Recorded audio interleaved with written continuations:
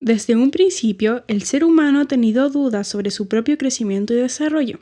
En este trabajo abarcaremos algunas teorías sobre el crecimiento del cráneo que nos servirán para conocer y entender cómo han ido evolucionando los conceptos y algún día aplicarlos en nuestra profesión. En un principio, no se tenía idea de cómo se desarrollaba el cráneo ni los factores que influyen en el crecimiento de este, hasta que fueron apareciendo expertos que plantearon diversas teorías y basadas en estas mismas fueron surgiendo otras nuevas. Esta curiosidad innata del ser humano impulsó a dos grandes pioneros, Scott y Moss, a crear diferentes teorías que tratan de explicar cómo es el crecimiento de nuestro cráneo y cómo algunas estructuras pueden tener mayor relevancia en el desarrollo de este. En este video intentaremos explicar de forma clara y didáctica la teoría de Scott tanto como la de Moss y sus fundamentos. James H. Scott propuso que la separación de los huesos confinada a una sutura puede darse luego de que ocurre el crecimiento de un órgano asociado, tal como el cerebro o el ojo, o el crecimiento del cartílago de la sincondrosis de la base craneal y el tabique nasal. Él apoyó esta teoría luego de la extirpación experimental del ojo, lo cual demostró que este no parece ser necesario para la iniciación de la formación ósea, sino que parece ser necesario para el cambio en tamaño, forma y posición de la órbita. El crecimiento del ojo ejerce una influencia epigenética sobre el crecimiento orbital.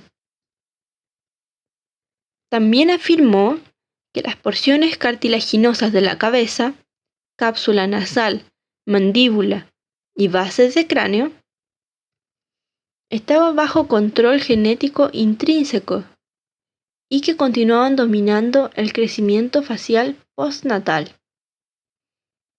Enfatizó en forma específica cómo el cartílago del tabique nasal durante el crecimiento marcaba el ritmo del crecimiento del maxilar. Él mencionó que los huesos se separan en sentido transverso, tanto por el crecimiento del cerebro como por el cartílago localizado entre el cuerpo y las alas mayores del esfenoides, y entre la sutura media palatina abajo y la lámina cribiforme arriba. El Dr. Melvin Moss fue uno de los pioneros en las investigaciones sobre el control del crecimiento craneofacial.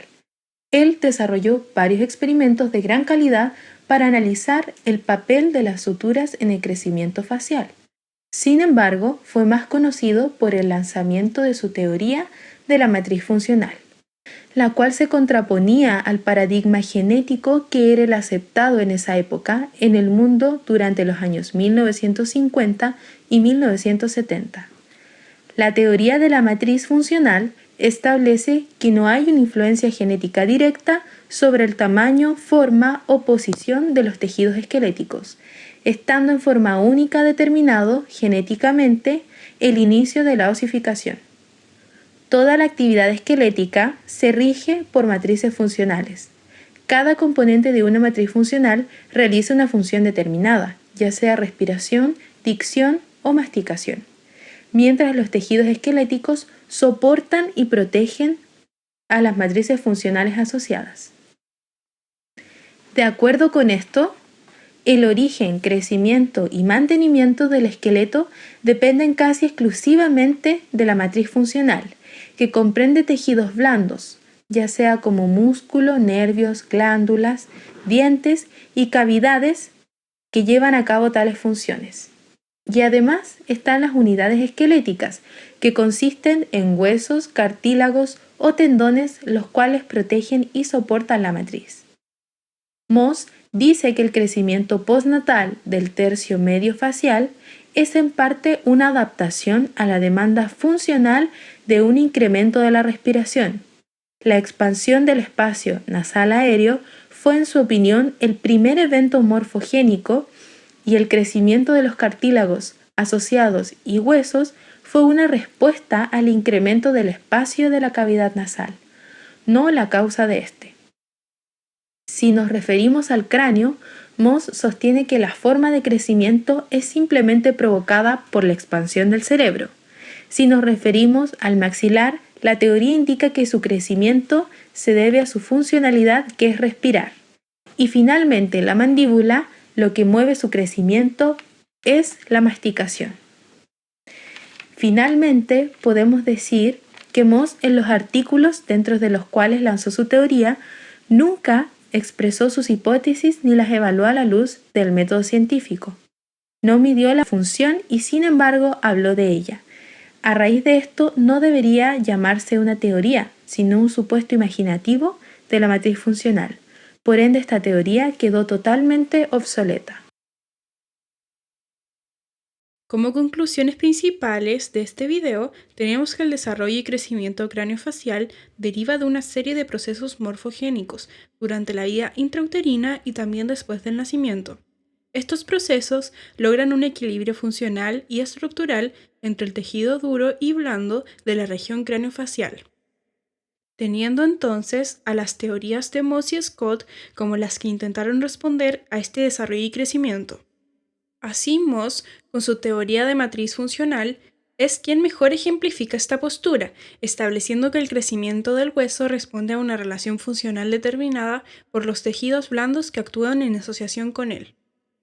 En cambio, Scott relacionaría las porciones cartilaginosas de la cabeza, cápsula nasal, mandíbula y base craneana con un denominado crecimiento facial postnatal, enfatizando que su crecimiento marca el ritmo del crecimiento del maxilar, y el sutural aparecería en respuesta al crecimiento de otras estructuras, incluyendo elementos cartilaginosos, cerebro, los ojos, etc.